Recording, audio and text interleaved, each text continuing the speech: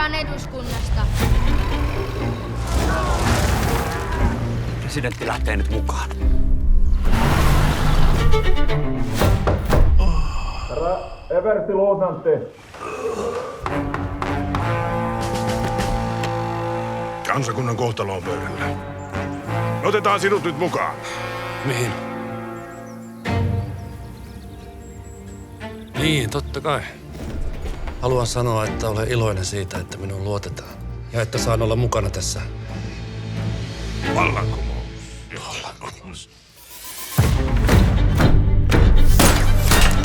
Mä olen mukana salaisessa tehtävässä.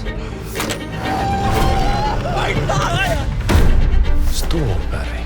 Kyhditty. Mä peruutan. Ei sitä enää voi. Koska tässä on isoja voimia taustalla.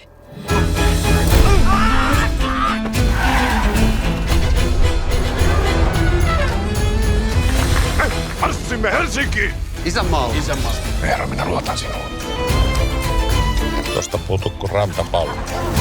Kansakunnan kohtalo on pöydällä, virheisiin ei ole varaa. Liekki palaa vahvana. Paskat ole.